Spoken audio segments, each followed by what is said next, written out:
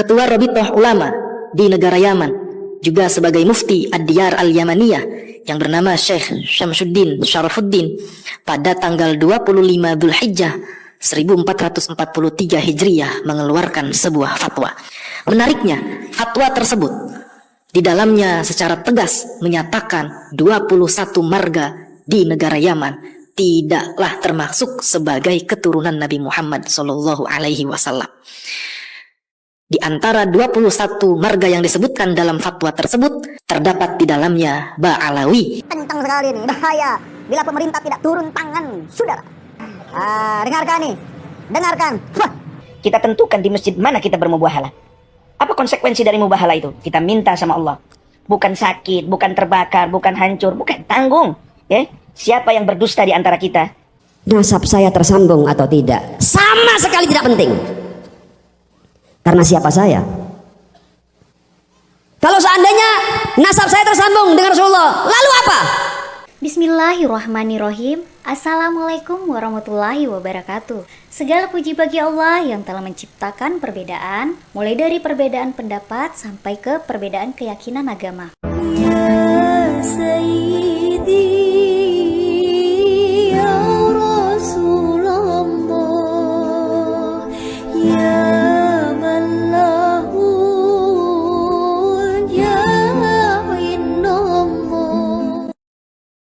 Permasalah nasab ini semakin rumit dan membesar, bahkan pemuda Garuda Jawa Timur juga turun tangan, bahkan ada yang mau sumpah mubahalah, semua dipicu gara-gara tidak saling menghormati keturunan satu dengan lain.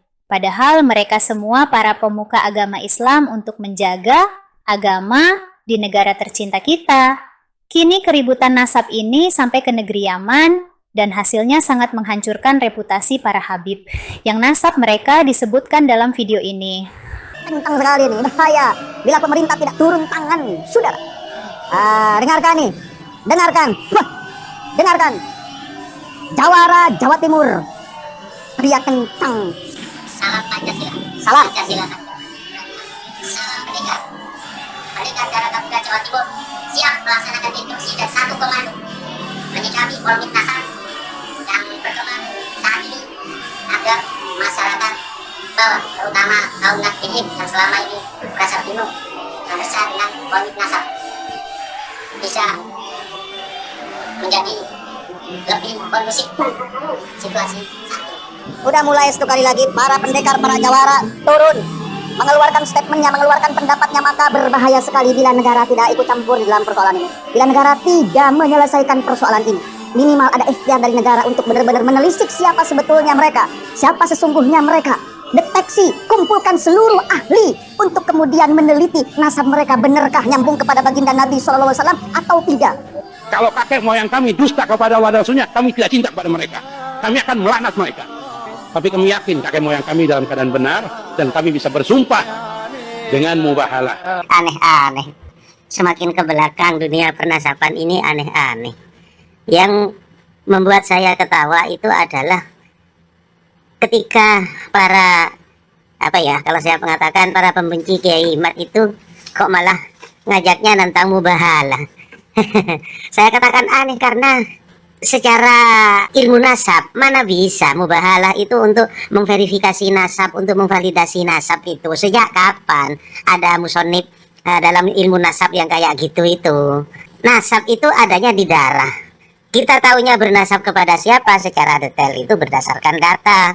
Jadi jika antara data dan DNA sudah klop, itu berarti memang adalah nasab yang valid. Nah, kalau di kalangan Ba'alawi kan sudah jelas. Jangan sampai banyak-banyak yang sudah tes DNA.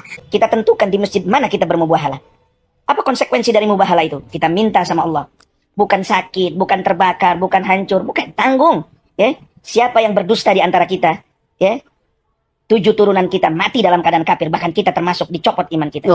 Kalau memang tuduhan yang atau keyakinan yang kita yakini ini adalah salah. Ya? Saya meyakini para habaib adalah duriyahnya Rasulullah. Cukup satu saja adanya dari Ba'alawi yang sudah terverifikasi secara DNA berhaplogrup G alias Jewis atau Yahudi, maka yang lainnya itu tentu akan sama. Kenapa saya kok katakan begini? Dikarenakan di kalangan mereka sangat menjaga garis keturunan pancar laki-lakinya. Artinya setiap wanita mereka tidak diperbolehkan untuk menikah dengan selain kelompok mereka. Jadi secara garis laki-laki, nasab mereka itu semuanya sama-sama dan sama terjaga. Sehingga satu saja sudah mewakili semua. Terbukti dari kalangan Ba'alawi, haplogrupnya ada yang G, ya sudah. Secara pustaka sudah tidak terdata, secara DNA juga tidak nyambung. Lah terus mau apa lagi? Hahaha, kok aneh-aneh lewat mubahalah. Berbahaya. Nasab Ba'alawi yang sudah tetap dari dulu tidak ada seorang pun yang membatalkan. Para ulama-ulama Allah nggak ada seorang pun yang membatalkan. Para wali-wali Allah nggak ada satupun yang membatalkan. Tiba-tiba muncul sekarang hanya satu orang dengan alasan tesis lalu membatalkan. Ini sudah disebut kiai pakai sorban, pakai jubah. Maka ini bahayanya besar sekali. Kenapa? Karena orang-orang akan mengikutinya. Murid-muridnya akan mengikutinya. Orang awam bisa mengikutinya. Menariknya, fatwa tersebut di dalamnya secara tegas menyatakan 21 marga di negara Yaman tidaklah termasuk sebagai keturunan Nabi Muhammad Shallallahu Alaihi Wasallam. Di antara 21 marga yang disebutkan dalam fatwa tersebut, terdapat di dalamnya Ba'alawi yang keturunannya saat ini banyak sekali di negara tercinta kita, Indonesia, yang mengaku dan dipanggil sebagai Habib. Lalu, bagaimana respon Kiai Haji Imaduddin Utsman Al-Bantani mengenai fatwa yang dikeluarkan oleh Syekh Syamsuddin Syarafuddin tersebut? Mari kita simak dan baca bersama-sama tulisan Kiai Haji Imaduddin Utsman Al-Bantani secara seksama berikut ini. Keturunan Nabi Muhammad Shallallahu Alaihi Wasallam yang asli di Yaman membatalkan nasab Ba'alawi. Ternyata keluarga Ba'alawi, para habib di Indonesia yang berasal dari Yaman, tidak hanya dibatalkan nasabnya oleh penulis berdasarkan kajian kitab nasab, tetapi di negeri asalnya sendiri yaitu Yaman, pengakuan mereka sebagai keturunan Nabi Muhammad Shallallahu Alaihi Wasallam ditolak dan dibatalkan. Bahkan tidak tanggung-tanggung, pembatalan itu berdasarkan fatwa yang dikeluarkan oleh seorang mufti negara Yaman. Seorang mufti Diyar Al-Yamaniyah, ulama pemberi fatwa negeri-negeri di Yaman yang bernama Syekh Syamsuddin Syarafuddin telah mengumumkan fatwa tentang bahwa 21 marga di Yaman bukanlah keturunan Nabi Muhammad Sallallahu Alaihi Wasallam. Fatwa itu dibuat karena sebelumnya 21 marga itu mengaku sebagai keturunan Nabi Muhammad Sallallahu Alaihi Wasallam. Fatwa itu diposkan di beberapa media di Yaman, termasuk media online seperti dalam surat kabar online Saut Al-Waton. 21 marga yang difatwakan bukan sebagai keturunan Nabi Muhammad Shallallahu Alaihi Wasallam itu adalah sebagai berikut: Al-Ahdal, Al-Nahari, Al-Ba'alawi, Al-Saqaf, Al-Attas, Al-Syami, Al-Imad, Al-Washli, Al-Jufri, Al-Junaid, Al-Habshi, Al-Shatiri, Al-Wada'i, Al-Shili, Al-Ba'akil, Al-Zabidi, Al-Fad'a, Al-Muhdar, Al-Idrus, Al-Faqih, Al-Kaf, Al-Bahashim. Ternyata sebanyak 21 marga Habib yang dibatalkan di Yaman, termasuk Rabithah Alawiyah, bukan keturunan Rasulullah. Artinya, masalah besar yang terjadi di Indonesia ini sudah diputuskan di Yaman.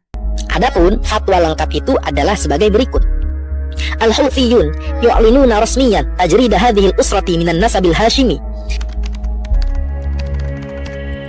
Artinya, Houthi secara resmi mengumumkan pencabutan garis keturunan Al-Hashimi dari keluarga ini. Ada orang-orang yang berusaha mengklasifikasikan diri mereka sebagai keturunan Hashim radhiyallahu anhu, para sayyid negeri ini, dan mereka ini hanyalah orang-orang yang ingin naik kelas sosial yang tidak merasa mulia dengan silsilah mereka. Orang yang sengaja menyambungkan nasabnya kepada Rasulullah Sallallahu Alaihi Wasallam.